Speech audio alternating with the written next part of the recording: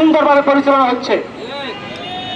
আপনারা জানেন কট্টর হিন্দুত্ববাদী গুজরাটের কসাই মোদী সরকার বাংলাদেশ নিয়ে একের পর এক যে ষড়যন্ত্র করে যাচ্ছে, এর মধ্যে দিয়ে স্পষ্ট ভারত কখনোই বাংলাদেশের বন্ধু ছিল না, এ বাংলাদেশের শত্রু। তাই আমি বলবো বাংলাদেশের ভূখণ্ড নিয়ে কোন রকম ষড়যন্ত্র আপনারা করবেন না। যদি কোন রকম ষড়যন্ত্র করেন আরেকটি ৭১ রচিত হবে বাংলাদেশে, আরেকটি ২৪ বাঁচিয়ে রচিত হবে।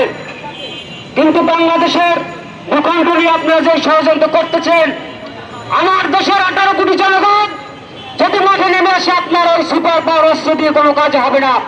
আমাদের কাছে যে অস্ত্র আছে নারায়ে তাকবীর, আল্লাহু আকবার স্লোগান নিয়ে আমরা মাঠে নামলে আপনাদের দিল্লি মসনদ ভেঙে চুরমার হয়ে যাবে। তাই বলবো আমার দেশে ১ ইঞ্চি মাটি নিয়ে ষড়যন্ত্র করবেন না। ইঞ্চি ইঞ্চি মাটি সোনার চাইতে খাটি নগদ রক্ত দিয়ে কেনা প্রথম সেই খোদার একটি কোনো রয়েছে। আপনারা মনে করবেন না আমরা গোমূত্রখোর, আমরা গরুর দুধও খাই, গোশতও খাই। গোমূত্রখোরদের হারাতে আমাদের বেশি ব্যাগ পেতে হবে না, আশা করি ইনশাআল্লাহ। আপনারা দেখে থাকবেন আমাদের লালমনিরহাটে সেই বিমান বাহিনীর যে একটা আছে, বেস ক্যাম্প আছে, সেখানে এতদিন কার্যকর বিমান বাহিনীর সকল প্রকল্পের আওতা থেকে সেটাকে অবমুক্ত করে দেওয়া হয়েছিল। কিন্তু সুখের খবর হলো বর্তমান সরকার সেই লালমনিরহাট বিমানবন্দরকে আবারও বাংলাদেশের একটি কার্যপরিচালিত বিমানবন্দর হিসাবে রূপ দিতে কার্যক্রম চালিয়ে যাচ্ছে। আমরা চাইব ভারতের চিকেন নেককে সাইজ করার জন্য আমাদের লালমনিরহাট বিমানবন্দর যথেষ্ট।